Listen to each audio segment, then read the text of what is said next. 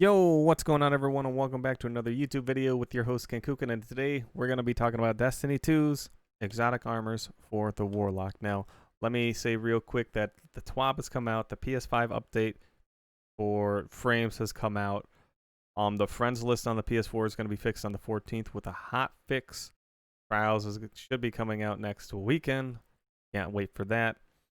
And I think that about covers what I wanted to say. Oh, also, the podcast is making a return. If you want to watch the podcast or listen to it on YouTube, Spotify, SoundCloud, there will be a link in the description below for all three locations. And yeah, let's go ahead and dive right in here. So there's a lot of exotic armors on the Warlock. The Warlock has probably the most exotic armors to choose from when it comes to practicality. And when I say practicality, I mean there's a lot of things in Destiny that you just don't use. It goes from armor to guns. There's a lot of guns out there. And let's say last season, if you weren't running the specific RPM of a weapon, you just didn't use that auto rifle anymore. Same goes for a lot of other auto rifles or hand cannons, right? Hand cannons was a big thing. If your hand cannon wasn't a certain RPM, it probably didn't do too well, so on and so forth. Exotic armors and armors, well, exotic armors, I guess we'll say, is kind of the same way.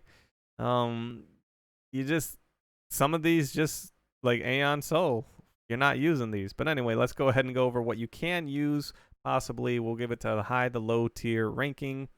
And there's a lot of things I haven't used on the Warlock because I just run one exotic because it is practically the end all be all exotic if you're, you know, if you function well at the game. But there are lots of things to choose from here. Let's go ahead and dive right in. So what can we use on Stasis? Nope. Yes.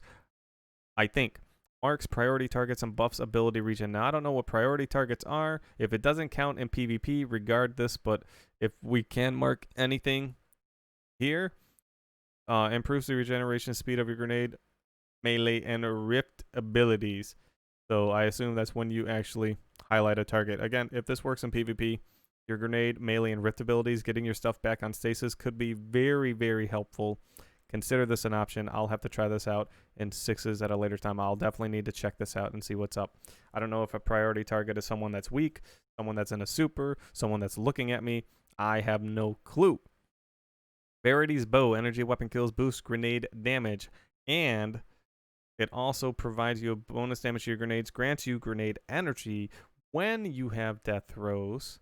All right. So energy weapon kills grant you death throws when you have death throws and throw a grenade. Nearby allies gain greatly increased grenade regeneration for a short time. Could be useful if you want to run, a slightly more support class. If you're running a grenade build on your Warlock, this is something to consider. You're playing sixes, playing with your team, or you're playing threes and you're playing close together. Verity's bow is in the running, mid tier at best. This would be mid tier at best. The stag, if this doesn't freeze enemies when you die and you're never the last one dead, this is a low tier. If this doesn't freeze, if this just drops a regular rift, it's low tier. It's garbage. Drops a rift when you die, gives you rift energy when you're critically wounded.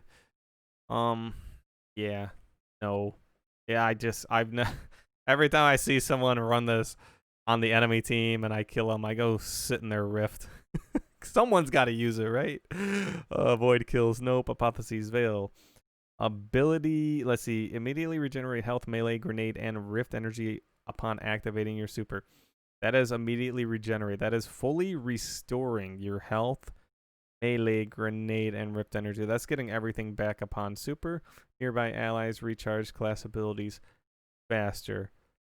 You could see the argument that this is good. You use your super, and then you have your abilities back right afterwards after you're out of your super. I don't think you're going to be standing there throwing grenades with this, with the stasis super rocking. But hey, again, nearby allies recharge class abilities faster. If you're talking, Titans, they could use it. If you're talking Warlocks, they could use it. Hunters, It's it's useful for hunters, but they have still such a low cooldown. It's not necessary for hunters to have any faster of a class ability. Recharge, for goodness sake. That's for Warlock Blinks. This is powered melee kills. That is not for Stasis. Melee kills restore health for a short duration.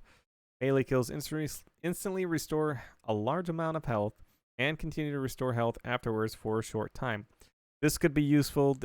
This is, again, mid-tier probably at best with the melee, because you can catch them with a long-range melee as long as the little orb kills them. Your little frost orb. As long as it kills them, this will proc. So it's an option if you're running maybe a melee build. So there are other melee exotics in here that are probably better. There's one that's a top tier for sure. We'll be covering that here in just a moment. That's for Daybreak, Winter's Gale. Melee increases. Melee kills increase melee damage. This is a low tier exotic for PvP especially. You could run this in PvE, but there's still so many better things in PvE that you're probably going to be running, like Lunafaction Boots. Probably one of the top tier for Warlocks to be running in PvP, or Phoenix Protocol in PvE. Eliminating enemies with melee attacks increases your melee damage. Until if this doesn't one-shot people in PvP, just pack it up. Just don't even pull this out the vault. Just leave it there. Aeon Soul, once again, a unique exotic at the time it came out, but it did not age well. In fact, when it came out, who was doing this? Meme teams. I did this like once or twice. So I was part of the meme teams.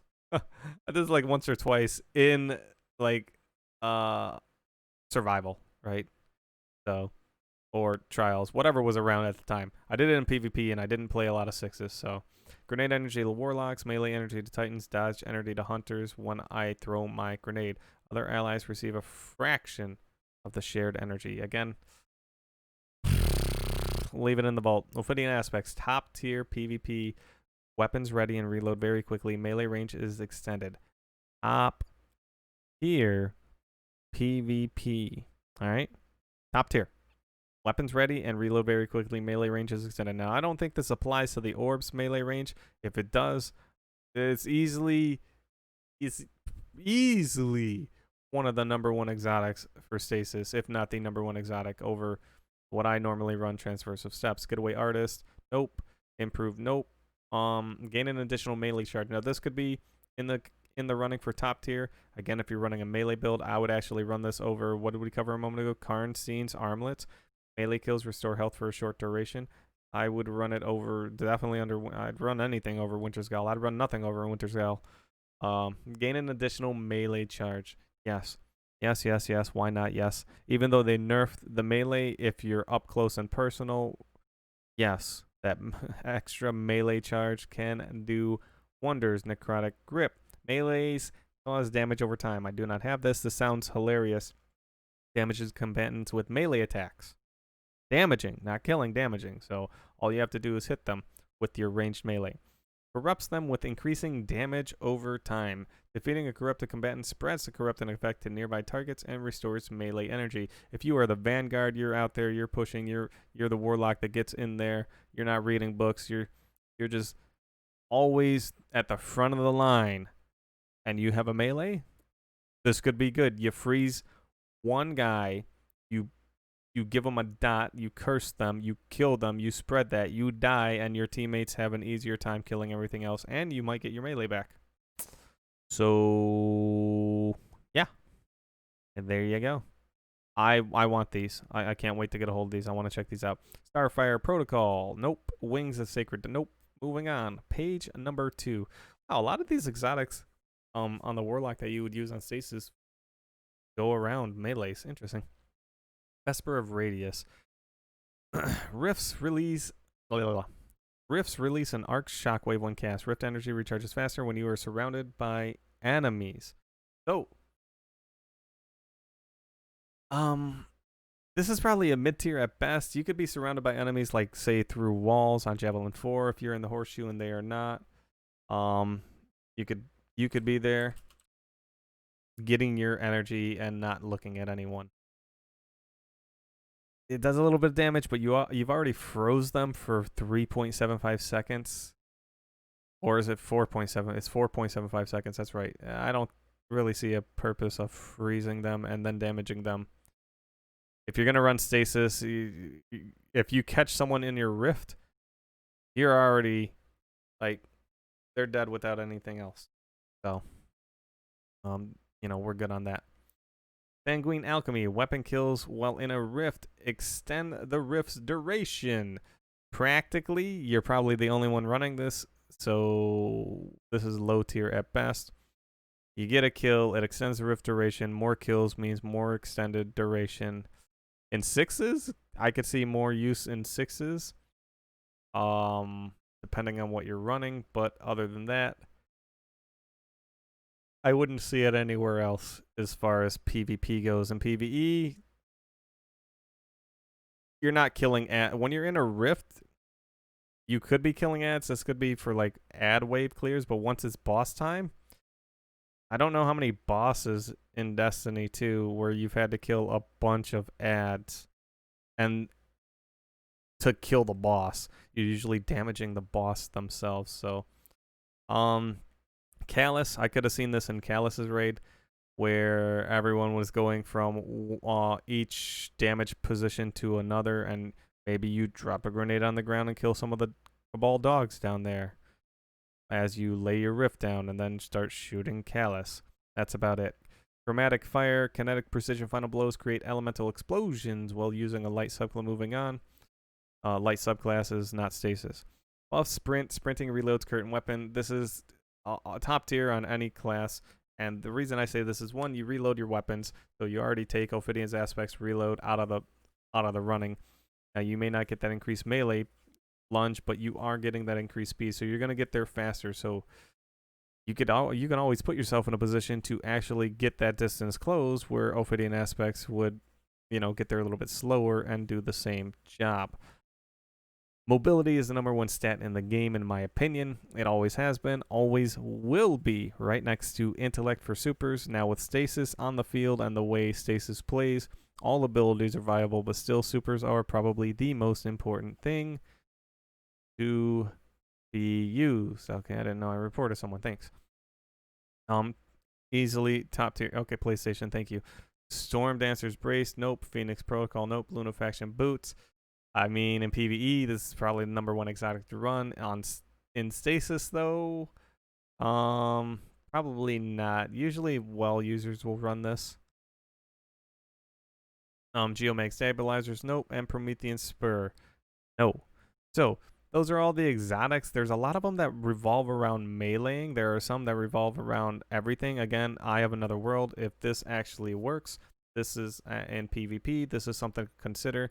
I've lived and breathed on transversive steps. I've really never ran anything else in PvP. Geomag Stabilizers, Phoenix Protocol. Like, I've ran other things, but when it comes to stasis, anything that I talked about, even Ophidian aspects, I've ran transverses over Ophidian aspects. I've ran Apotheosis Veil a few times, and I've ran Claws of Amahakara a few times. So anyway, that's gonna be it for this video, guys. I super appreciate you hanging out. Real quick, links in the description below. We're going to have the podcast is returning. I'll have links in the description below to where you can find the podcast on SoundCloud, Spotify, and right here on YouTube. We're going to have a return of that, where Destiny 2 is the main theme we talk about. We talk about anything gaming, entertainment, and so on and so forth. So if you want to check that out, would greatly appreciate it. I am way behind on the comment section on YouTube because YouTube never informed me that I was getting comments.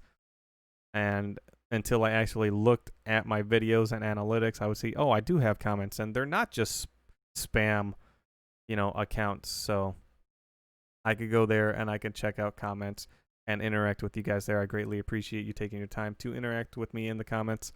And the few people that do right now, as the channel is still relatively small on YouTube, you'll definitely be hearing from me. So if you do like to have conversations with me, or you do like to have questions, or you have ideas, hey Ken, can you cover this, that, or the other thing? That's why I did these videos for exotic armors, because someone brought it up and asked me, and I said, hey, I'll cover all those for you in a video. I got you. So anyway, thank you so much for watching. Enjoy your night, evening, morning, whatever it may be. See you when I see you. And that's all I got. Enjoy.